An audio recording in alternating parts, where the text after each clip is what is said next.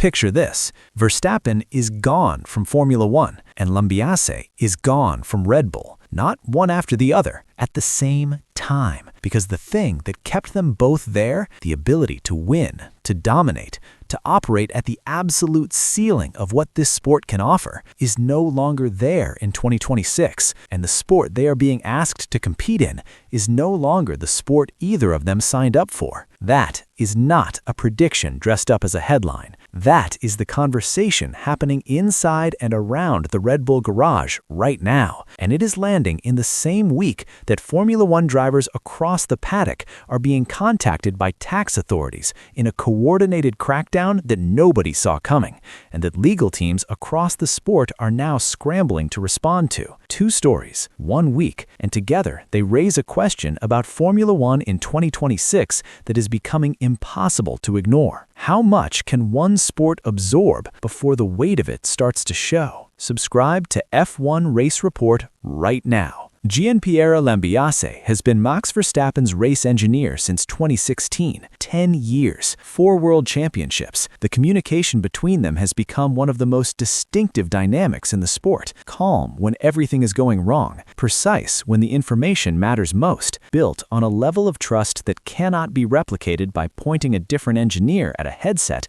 and telling them to figure it out. What has happened in 2026 is that the strain on that relationship has become visible, not in one radio exchange that went viral overnight, in something slower and more serious, a pattern of communication that people inside the Red Bull garage have described as fundamentally different from the championship years, less fluid, more transactional, carrying the weight of a season that is not going to plan on top of a regulation environment that neither of them can fully control. Lambiase has his own frustrations. He is an engineer who built his reputation on precision, knowing exactly what the car needed and communicating it in real time under race pressure. The 2026 power unit regulations have introduced variables that sit outside the traditional engineering toolkit, energy deployment sequencing that changes lap by lap, closing speed differentials that no preparation can fully predict, a car not where Red Bull expected it to be, and not responding to development the way the team planned. Reports this week suggest Lambiase has been in conversations about his own future at Red Bull, not public conversations, internal ones that leaked the way internal conversations at Red Bull teams always do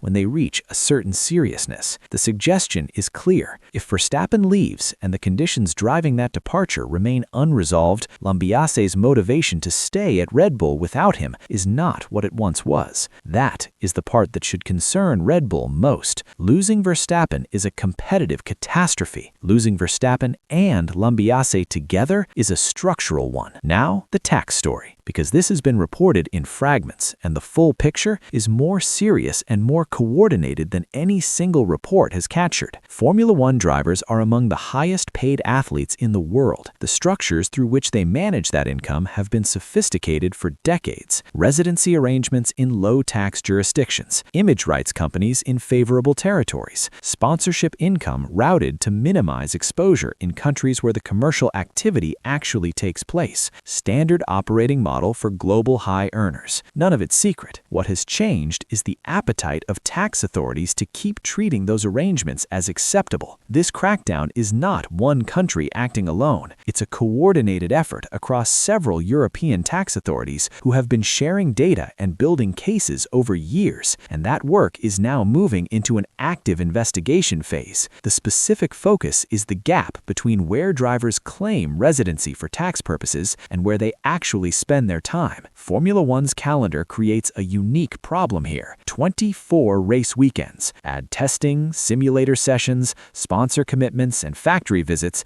and many drivers are physically present in their official country of residence for a number of days per year that is very hard to reconcile with the thresholds those jurisdictions actually require. The most exposed drivers are not necessarily the ones with the most aggressive structures. They're the ones whose travel patterns, documented through passport records, hotel bookings, social media, and a sport that broadcasts its participants' locations to a global audience every 2 weeks, makes their residency claims hardest to defend. Legal teams across the paddock are responding to actual contact from authorities, not theoretical planning discussions, active responses to live investigations. questions. That is a fundamentally different level of seriousness than this story has been at before. Verstappen arrives in Florida carrying 10 penalty points, a strained engineer relationship, and unresolved regulation frustrations the FIA has not addressed since Suzuka. The sprint format compresses all of that into fewer hours, with less margin for careful management. One incident, one steward's decision that goes differently than the previous three, and the biggest story of the 2026 season writes itself before the main race starts. The tax crackdown adds a layer of distraction completely separate from anything on track. Drivers managing active authority contact are not just dealing with a legal problem, they are dealing with a reputational one in a sport that spent 5 years building a mainstream global audience that is far less forgiving of off-track controversy than the traditional fan base. Tax investigation stories land harder than they used to. The FIA cannot fix the tax situation. That's outside their jurisdiction entirely, but they can fix the regulation environment making Verstappen's situation worse every weekend, and doing it visibly and specifically before the Miami sprint is the only move that takes one of these stories off the front page before Florida. Step back from both stories and look at what this week tells you about Formula One in 2026, a 4-time champion whose departure feels more likely than his staying, a legendary partnership showing strain publicly for the first time in a decade, a tax investigation targeting multiple drivers